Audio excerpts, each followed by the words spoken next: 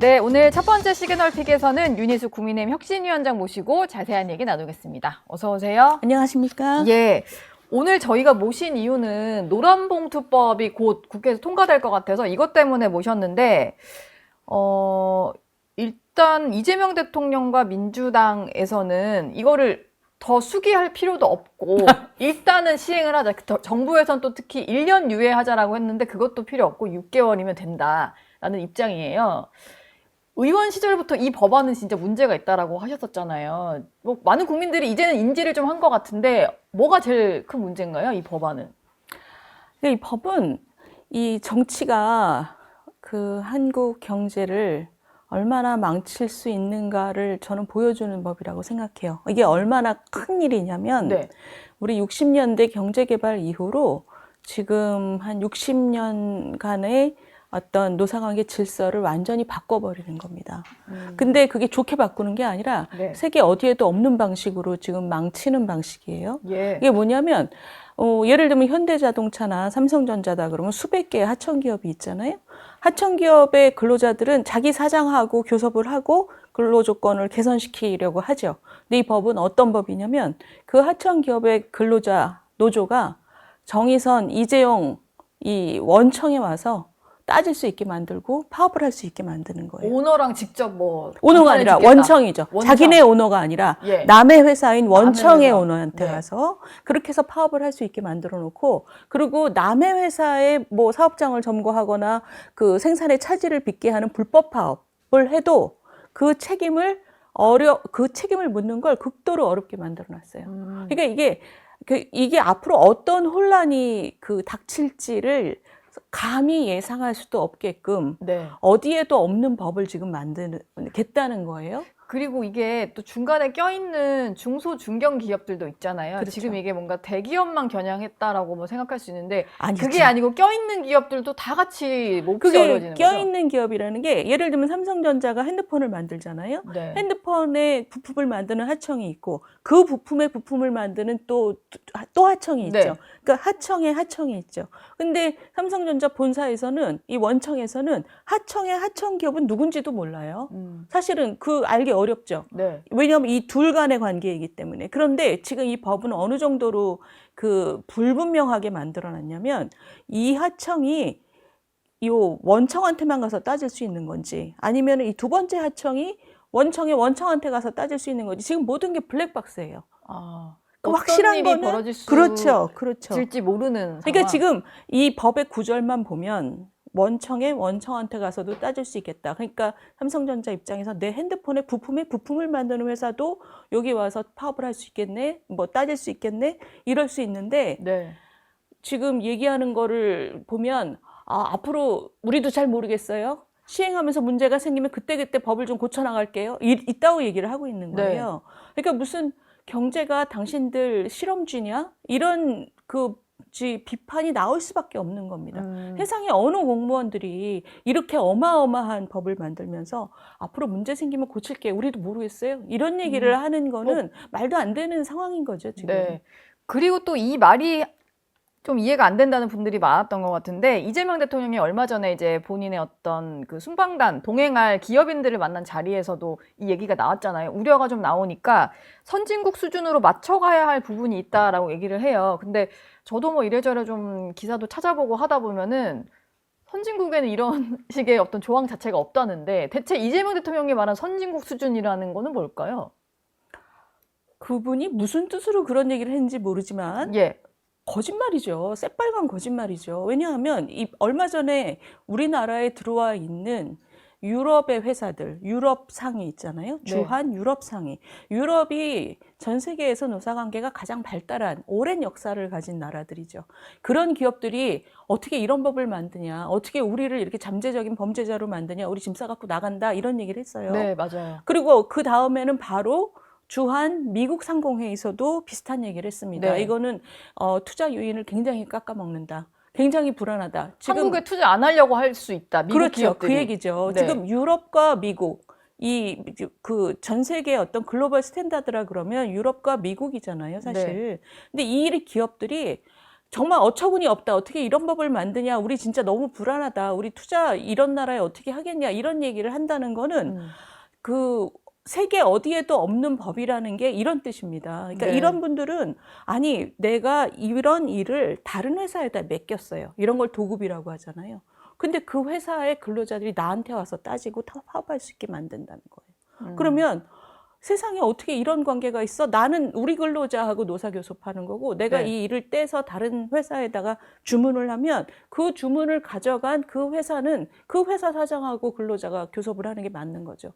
근데 거기 노조가 나한테 와서 따지게 한다. 이거는 경제 기본적인 생태계를 흐트러뜨리는 거예요. 그래서 네. 이게 지금 앞으로 어떻게 이게 풀려나갈지가 언뜻 생각하면 대단한 혼란이 올 수밖에 없는 거죠. 그러면 이게 사실 말씀하신 대로 정말로 이게 글로벌 스탠다드였다면 유럽 상위, 뭐 주한 미국 상위가 문제 제기를 할 이유가 없는 그런 거고. 거죠. 그런 거죠. 근데 반대로 그들은 이제 이것 좀 미뤄달라, 이런 법안 좀 다시 검토해달라 하는데 우리 정부는 글로벌 스탠다드다, 이런 설명을 하고 있는 거네요. 그런 거죠. 그러니까 예. 그분들은 굉장히 걱정이 되는 게 내가 일을 떼서 다른 회사에다 줬는데 그 근로자 노조가 나한테 와서 따져서 교섭을 하자는 거예요. 근데 내가 왜 당신들하고 교섭을 하냐? 우리 회사도 아닌데. 그러면 부당 노동 행위로 징역 2년 이하의 징역이에요. 네. 그러니까 이분들은 어떻게 이런 법이 생기지? 이런 거죠. 이런 분들 입장에서는 아니 나는 그냥 그 한국에 와서 투자하고 기업을 하고 있을 뿐인데 네. 너무 어처구니 없는 일이 지금 벌어지고 있는 거고 불안한 거죠. 그런저런 거를 전혀 검토를 안 했을 것 같지는 않은데 왜 이렇게 좀 속도를 낸다고 보시나요? 사실 이게 문재인 정부 때 저 추진을 했던 겁니다. 네. 그래서 그 당시에 민주당에서 문재인 대통령이 손편지까지 써서 내가 이걸 반드시 통과시키겠다고 했었어요.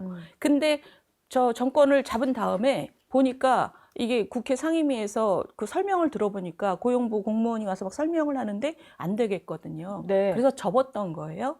근데 이번에는 이번 선거 때 또 이재명 당시 그 당대표가 민노총에 가서 이미 약속을 했어요. 꼭 통과시키겠다. 그러니까 약속을 한 거예요. 왜냐하면 대선 때 나 열심히 도와줘. 나 해줄게. 이렇게 약속을 한 거예요. 민노총과의 약속이기 그렇죠. 때문에. 그렇죠. 이게 민노총 청부 입법이라고 우리가 얘기하는 게 그런 뜻입니다. 민노총이 네. 이것을 굉장히 열심히 밀었고 네. 대선 때 열심히 밀고 무슨 일 있으면 길거리에 제일 먼저 나와서 따질 거고 일종의 정권의 돌격대 역할을 지금 하고 있잖아요. 근데 정권을 잡은 다음에 그 청부서를 지금 수리해 주는 거죠. 네. 그러니까 이거는 무슨 뜻이냐면 그 뒤에 뭐가 있든 정권을 잡기 전에 뭐가 있든 정권을 잡은 다음에는 나라 경제를 위해서 일을 해야 되는 거잖아요. 그래서 그 나라 경제를 심하게 다칠 만한 일을 하는 그런 공무원은 있어서는 안 돼요. 네. 그 선거 때 무슨 일이 어떤 거래가 있었든. 그런데 지금 그 청구서를 수리해 주기 위해서 이런 위험을 우리나라 경제에다가 지금 이렇게 덮고 있는 거죠. 예를 들면 트럼프 대통령은 지금 그 사람의 머릿속에는 뭐가 있냐면 오로지 하나 있는 게 자기네 나라에 일자리 만들겠다는 거잖아요. 그러니까 우리나라 반도체 기업, 뭐 조선 기업, 뭐 자동차 기업 팔 비틀어 갖고 미국에다 투자해라. 미국에 와서 뭐 공장 지어라. 지금 이러고 있는 거잖아요. 네. 우리나라는 정반대예요, 지금. 우리는 민노총의 청부 입법을 해주기 위해서 유럽 상위, 미국 상위가 우리 이러면 투자 못해요. 어떻게 이런 법을 만들어요? 이러고 있는데 우리는 정반대로 그게 중요한 게 아니야, 지금. 우리나라의 일자리, 경제 중요하지 않아. 우리는 우리 정권을 유지하고 앞으로 계속 안정적으로 정권을 유지하는데 민노총의 도움이 필요해. 그러니 민노총의 고지서가 최우선이야. 지금 이게 우리나라가 안 그래도 지금 이 글로벌 경제 속에서 굉장히 어려운 상황인데 말도 안 되는 일이 벌어지고 있는 거예요. 예. 지금 고용노동부 장관도 민노총 그렇죠. 출신인 김영훈 그렇죠. 장관이잖아요. 근데 얼마 전에 노란봉투법 관련해서 기자회견을 하다가 이게 뭐 진보 진영 학자들도 얘기한다는데 실질적 지배력이라는 표현이 너무 추상적이어서 그쵸. 대체 어떤 원청이 어디까지 이제 지배력을 미치느냐에 대한 게 되게 중요한 건데 그런 항목이 들어있는데 이 질문을 했는데 정확한 해석을 못 하더라고요. 이 주무부처 장관인데 해석을 못하는 거면 이 법안 자체도 되게 구멍이 숭숭 나가지고 뭐 어떻게 어디로 튈지 모르겠다 이런 생각이 좀 들었는데 어떻게 정확한 들으셨어요? 말씀이죠. 예. 그래서 그렇기 때문에 중요한 원칙은 뭐냐면 근로계약을 서로 맺은 사장과 근로자 사이에서 서로 교섭하는 게 전 세계 어느 나라에서도 이게 표준이에요. 네. 나하고 당신하고 계약을 맺었으니까 우리 따지자. 이게 이제 전 세계 어느 나라나 통용되는 건데 지금 우리나라 이 노랑봉투법은 그 계약은 그냥 무시치고 구체적이고 실질적인 지배력을 가진 사장하고 가서 직접 교섭하고 파업할 수 있게 만들어 놓겠다는 거예요. 네. 그러면 구체적이고 실질적인 지배력이 도대체 뭐냐? 예를 들면 원청이 하청한테 일을 주면서 그 보수를 주면 그게 하청 기업의 월급을 결정할 수 있으니 그러면 그게 구체적이고 실질적인 지배력이냐? 그러면 뭐 하청이 다 이재용 나와 정의선 나와 이러고 파업할 수 있는 거죠. 근데 고용부 장관은 지금 그렇게는 그걸 그대로 해석하면 그렇거든요. 네. 근데 그걸 인정하기 싫은 거예요. 인정하기 싫으니까 그 질문 나오니까 그거는 앞으로 두고 보면서 하면 된다. 이런 얘기를 하고 있는 거 말도 안 되는 얘기를 하는 거죠. 근데 이제 법안을 통과를 시킨다고 하면 이게 어느 정도 결정이 되어 있어야지 뭘 두고 보면서 계속 고치겠다라고 하는지 제가 잘 모르겠네요. 그리고 또 하나 얘기가 나왔는데 국민의힘에서 그러다 보니까 그러면 정부가 지분을 가진 기업들은 어떻게 할 거냐, 공기업은. 당장 이제 코레일 사고가 났잖아요. 그럼 정부 지분이 100%인데 실질적 지배력을 가진 대통령이 그럼 책임을 져야 되나요? 이런 상황에서는?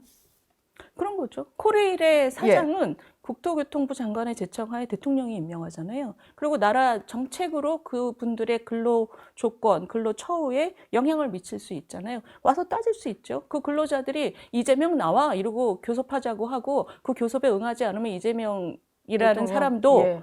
감옥에 가야 되는 거죠. 지금 그 법대로라면. 그렇기 때문에 국민들이 볼 때 그게 말이 되냐 이러잖아요. 네. 그게 공공 부분에서 말이 안 되는 거면 민간 부분에서는 더 말이 안 돼야 되는 거죠. 아니면 민간 부분에서 정말 이 법안을 제대로 쓰고 싶으면 공공도 똑같이 해야 되는 거네요. 그런 거죠. 예. 근데 누가 봐도 이상하잖아요. 이건 그죠? 누가 봐도 이상하죠. 그 코레일 철도 근로자들이 대통령한테 와서 이재명 나와 이러고 교섭하자 그러고 뭐 용산 가서 파업하고 막 이러면 즉 거기서 점거하고 이러면 우리 국민들이 볼 때 저건 말도 안 돼 이렇게 느끼잖아요. 그게 삼성 반도체, 삼성 핸드폰하고 하청의 하청 기업하고 다를 게 없다는 거예요. 네.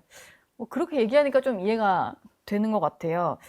지금 정부 부처 장관들의 인식, 뭐 김영훈 장관 얘기도 했습니다만 얼마 전에 좀 상임위 질의 과정에서 화제가 됐던 게 있는데 구윤철 기획재정부 장관 경제부총리잖아요. 근데 노란봉투법에 대해서 과도하게 의혹을 증폭해서는 안 된다라고 했어요. 근데 경제관료 출신인데 이분의 어떤 과도한 의혹? 이건 어떤 얘기를 한 걸까요? 그러니까 자기 자리를 보존하고 싶은 거죠. 지금 우리나라에서 이 부분에 대해서 조금이라도 걱정을 해보고 들여다본 사람이면 네. 너무 걱정을 할 수밖에 없어요. 오늘 동아일보 기사 보니까 중노위라고 중앙노동위원회라는 기관이 있어요. 네. 고용부 산하입니다. 거기서 그 노사 분규가 있을 때 1차적으로 판정을 해주는 곳이에요. 준사법기관이에요. 네. 거기서도 유예기간 늘리자. 이거 도저히 감당이 안 된다, 우리나라에서. 이렇게 건의를 했더라고요. 예. 그 얘기는 무슨 얘기냐면 지금 우리나라에서 요거를 공부해보고 연구해보고 고민해본 사람은 누구나 이게 너무나 어처구니 없는 법이라는 걸 알고 있어요. 근데 네. 한 나라의 경제 수장이라는 사람이 과장하지 말아라. 그분은 그런 얘기 할 때가 아니에요. 이게 어떤 위험이 있는지를 위험이 없도록 만드는 게 기재부 장관이 할 일인데 자기 자리 보존하는 거예요. 지금 너무나 저는 부도덕하다고 생각합니다. 그런 분들이 지금. 예. 지금 뭐 정책실장, 기재부 장관, 고용부 장관 한 나라의 경제를 잘 돌아가도록 하고 위험을 없애야 되는 분들이 지금 새 정부 들어서 가지고 자리 하나 차지했다고 지금 그 자리 보존하기 위해서 이런 얘기를 과장하지 말아라. 별일 없을 거다. 문제 있으면 앞으로 조금씩 고치겠다. 정말 뭐랄까요. 공무원의 아주 최소한의 그런 규범을 잃어버리고 우리가 요즘에 그런 얘기 많이 하잖아요. 정치도 망가졌다. 공무원도 망가진 겁니다, 지금. 근데 이게 코스피 주가 순자산 비율이라고 PBR 지수가 있는데 여기에 대해서 구윤철 장관이 제대로 답을 못하는 장면이 연출이 됐어요. 그리고 심지어 그 질문을 한 거는 민주당 의원이었는데요. 10 정도 되지 않나요? 라고 했는데 실제로는 1이었고 근데 이게 뭐 경제를 잘 모르면 모를 수도 있지 뭐 이렇게 생각할 수 있지만 기재부 장관이 이걸 모를 수 있나요? 그러니까 모르면 안 되죠. 왜냐하면 PBR에 그 PBR이 1밖에 안 된다는 게 우리나라 주식시장의 가장 큰 문제로 지적되어 온 거거든요. 예. 우리 주식이 저평가됐다는 얘기할 때 네. 가장 먼저 나오는 게 바로 그 PBR. PBR이에요. 10이면 지금은 코스피가 3만 가야 돼요? 그런 거죠. 아, 그렇죠. 그런 거죠. 네. 그러니까 그 얘기는 근데 그 기재부 장관이 그 주식시장의 기본에 대해서 잘 모르시는구나. 그러니까 그런 분이 뭐 지금 상법 만든다 그러고 막 이런 얘기할 때 저게 저 사람들이 뭘 알고 저런 걸 뭐 만드나 이런 의심이 들 수밖에 없죠. 왜냐하면 네. 상법 같은 경우에 지금 더 센 상법 만들겠다고 얘기하잖아요. 그러면서 주식시장 잘 돌아가게 하겠다고 하는데 PBR이 저렇게 낮은 수준인 것도 모르면서 주식시장을 잘 돌아가겠다고 하는 식견이 있나? 이런 의심을 할 수밖에 없죠. 예. 그러니까 뭘 알고 만드냐라고 했는데 진성준 의원 같은 경우도 난 주식을 안 한다라고 하니까 다들 황당하다 이런 거잖아요. 그런 거죠. 뭐 같은 맥락인 것 같네요. 노란봉투법 폐기에 대해서는 대학생들도 좀 목소리를 높이는 회견을 했던데 왜 젊은 세대도 이렇게 여기에 좀 분노를 한다라고 보시나요? 저는 그 젊은 세대의 그 분노가 너무 정당하다고 봐요. 왜냐하면 우리가 막 이렇게 전문가들이 나와서 경제 생태계를 망칩니다. 이런 법은 정말 너무 불안합니다라고 아무리 얘기해도 무슨 뜻인지 잘 안 와닿잖아요. 네. 경제 생태계가 망가진다는 게 뭐겠어요? 일자리가 없어진다는 거거든요. 일자리를 죽여버린다는 뜻입니다. 그러니까 아니, 젊은 뭐, 친구들 네. 입장에서는 일자리가 줄어들 때 당장 이미 대기업에서 오랜 동안 그 일자리를 가지고 있던 사람들은 갑자기 큰 피해를 입지 않아요. 네. 앞으로 일자리를 줄이면 앞으로 이 대학에서 공부 열심히 해서 일자리를 진입하려고 하는 친구들, 그리고 쉽게 정리할 수 있는 비정규직, 이 친구들이 가장 그 어려움을 겪게 되거든요. 그러니까 우리 청년들 입장에서는 나라가 경제가 빨리 성장할 때 당신들은 이미 다 꼴 빨고 이제 경제가 어려워지니까 당신들 자리는 이제 별로 위협받지 않으니까 우리를 희생양 삼아서 지금 이런 걸 만드냐? 이런 거죠. 저는 네. 그분들의 그 청년들의 마음이 너무 이해가 가고 그 청년들이 그 성명서 발표하면서 이런 얘기를 했더라고요. 정책을 만들 때 청년 고용 영향 평가를 하자 이런 얘기를 했어요. 네. 그러니까 청년들의 일자리를 없애는 법은 다시 보고 그 정말 조심스럽게 만들자는 얘기거든요. 이거 저는 되게 너무- 좋은 거 같은데요? 저는 진짜 그렇다고 생각해요. 네. 그러니까 이런 법은 감히 내놓으면 안 되는 거예요. 세계 어디에도 없는 이런 법으로 청년들의 일자리를 마구 없앨 수 있는, 생태계를 망칠 수 있는 이런 법은 잘라버려야 되는 거죠.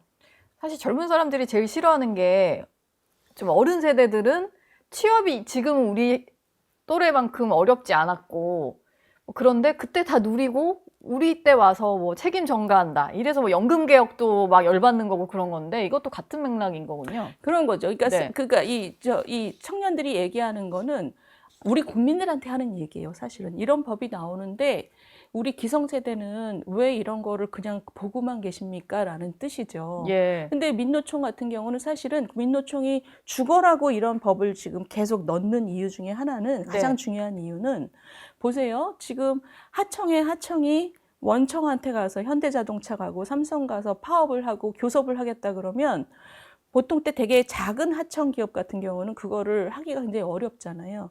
민노총은 그 교섭 대행을 해주면서 아마 돈을 받을 거예요. 교섭 대행을 해주면서. 그럼요. 민노총은 지금 이 커다란 노란 봉투법이라는 큰 입법 싸움 속에서 민노총이 바라는 것은 전국의 수많은 하청 기업에 가서 영향력도 더 늘리고 그리고 그 교섭을 대행해주면서 그 수수료 명목으로 돈을 받겠죠. 민노총 입장에서는 정말 꽃놀이 팹니다. 지금 본인들의 소득도 보전하고 전국의 하청 기업들한테 그 영향력도 늘리고 그리고 원청도 못 살게 하고 일석삼조죠. 그러니까 지금 되게 빅픽처네요. 큰 빅픽처죠. 그림을 그리고 그렇죠. 하는 거네요. 그렇죠. 예. 그러니까 이게 큰 기업의 현대자동차나 뭐 삼성이나 이런 데는 민노총의 영향력이 그 현대자동차 노조하고 사실 그 경쟁 관계거든요. 네. 그러니까 이거를 하청을 통해서 영향력도 늘리고 그리고 교섭을 대행해주면서 돈도 벌고 너무 좋은 계획을 지금 갖고 있는 거죠. 근데 문제는 그 사람들은 그런 계획 짤 수 있어요. 네. 근데 그런 사람들의 청구서를 그대로 그 수리를 하면서 나라 경제를 이렇게 비틀겠다라고 하는 정권이 문제입니다. 우리 정치의 문제예요, 이거는. 예. 뭐 약속을 했다고 다 지키는 건 아닐 텐데 일단 유독 약속도 하면 안 되죠. 사실 이런 약속은. 네.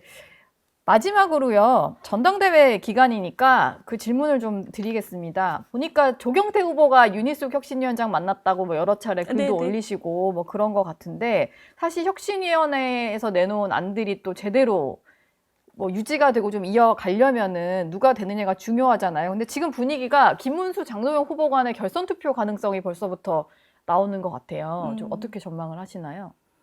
아니 뭐 전망이 뭐가 중요하겠어요. 누가 되는지는 저는 그게 중요한 게 아니고 예.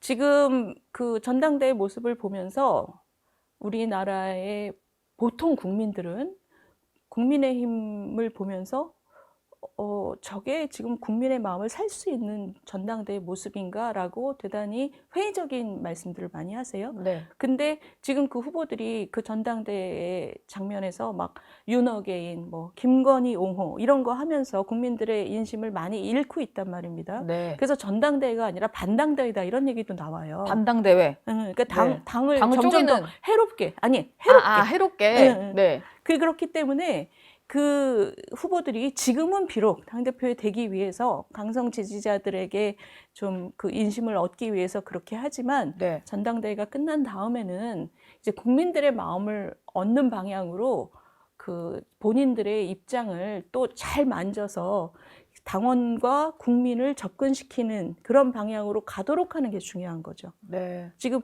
이런 에너지를 전당대회 동안 어쨌든 이런 에너지는 끌어올렸다고 치고 네. 그렇지만 이것을 국민들하고 점점 벌리는 방식으로 지금까지는 표를 얻었지만 그 입장들을 바꿔야 되는 거죠. 그렇게 가는 게 중요한 겁니다. 대표가 되고 나서는 그렇죠. 예. 근데 뭐 그렇게 가겠죠. 지금은 약간 표를 얻기 위한 뭐 조금 더 그러니까요. 과한 액션일 수 있으니까. 그러니까 우리가 이제 그렇게 가도록 해야 되는 거죠, 사실은. 네. 알겠습니다. 지금까지 윤희숙 국민의힘 혁신위원장과 얘기 나눴습니다. 고맙습니다. 감사합니다. 저희 영상 많이 시청해 주시고요. 좋아요, 구독, 댓글, 알림 설정 꼭 부탁드리겠습니다.